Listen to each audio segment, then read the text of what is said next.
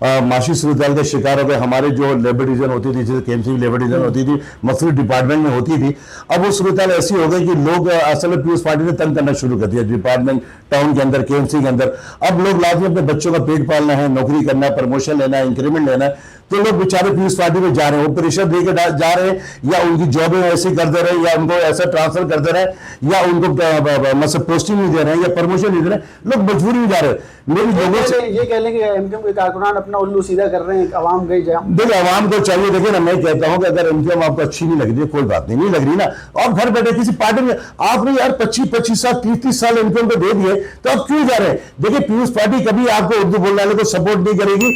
شیلا رضا آپ کے سامنے اس کی مثال ہے, ڈپٹی اسپیکر تھی, آج اس کو قومی اسمبلی میں بٹھا دیا ہے. دیکھیں اردو اسپیکنگ کی وہاں پہ گنجائش نہیں, مگر اس متحدہ قوم میں آپ نے دیکھا جو MLA MP ابھی موجودہ ہیں, اس میں ہر زبان ہر خلقت کے لوگ اس میں ہے. اگر متحدہ قوم نے بنایا ہے تو بنا کے دکھایا بھی ہے, اس میں MLA MP اور سینیٹر بھی جو ہے نا وہ مختلف زبان کے لوگ ہیں.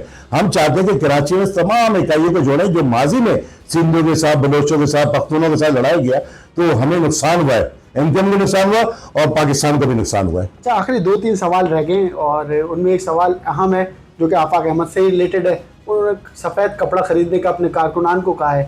مہاجر قومی موومنٹ کے قائد ہیں اور بانی MKM جو ہیں وہ بھی ماضی میں اسی طریقے کی ایکٹیویٹیز کی طرف اشارہ کرتے رہے ہیں کہ اسلحہ خریدو, موبائل بیچو.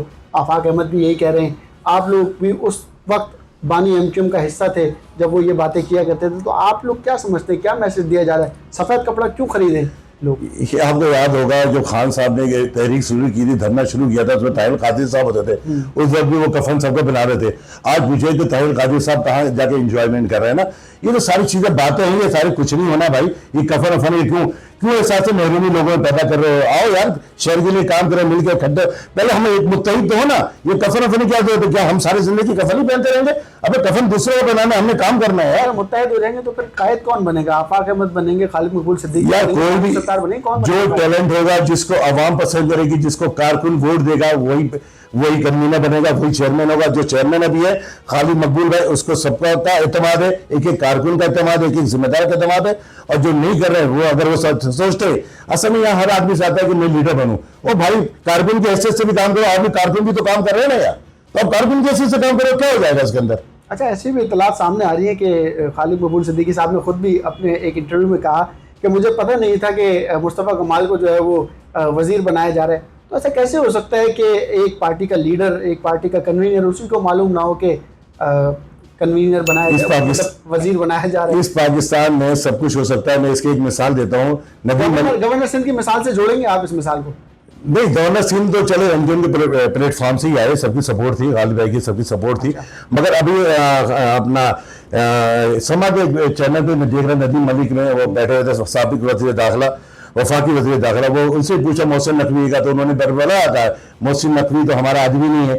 تو وہ داخلہ کرتے تھے نا بھائی, اس کو تو ووٹ دیا تھا پیپلز پارٹی نے دیا تھا, کافلی تھے. اسی طرح انہیں پرویز خٹک کے مشیر داخلہ لگے ہیں بھی, وہ کرے ہمارے پارٹی کے. تو اس پاکستان میں تو وہ سب کچھ ہو سکتا ہے جو آپ پہلے کبھی سنا بھی نہیں ہوگا. کون لوگ کرتے ہیں اچانک سے روکا نکل جاتا ہے, جاتے ہیں, یہ سب کو پتا ہے, سب کو پتا ہے, کوئی کھل کے بات نہیں کرتا, سب کو پتا ہے. بس اللہ تعالیٰ پاکستان کی حفاظت فرمائے اور ہماری فوج کو ترقی خوشحالی دے. پاکستان ایک اچھے مسئلے اس کے اوپر بیٹھے, تاکہ جیسے ملک دوسرے ملک چل رہے ہیں, ہمیں اس ملک کی طرف دیکھنا چاہیے وہ کس طرح کر رہے ہیں. ہمیں پیٹ پہ پتھر باندھنا چاہیے اور اقربا پروری کو ختم کریں. ٹیلنٹ کی بنیاد پہ لوگوں کو لے کے آئیں گے تو پاکستان ترقی کرے گا. بالکل, ٹیلنٹ کی بنیاد پر جب لوگ آگے آئیں گے اور ان کو جابز ملیں گی, ان کو ترقی ملے گی, تو لازم سی بات ہے پاکستان بھی خوشحال ہوگا. اپنے میزبان جنید جاوید کو اجازت دیجیے. اللہ نے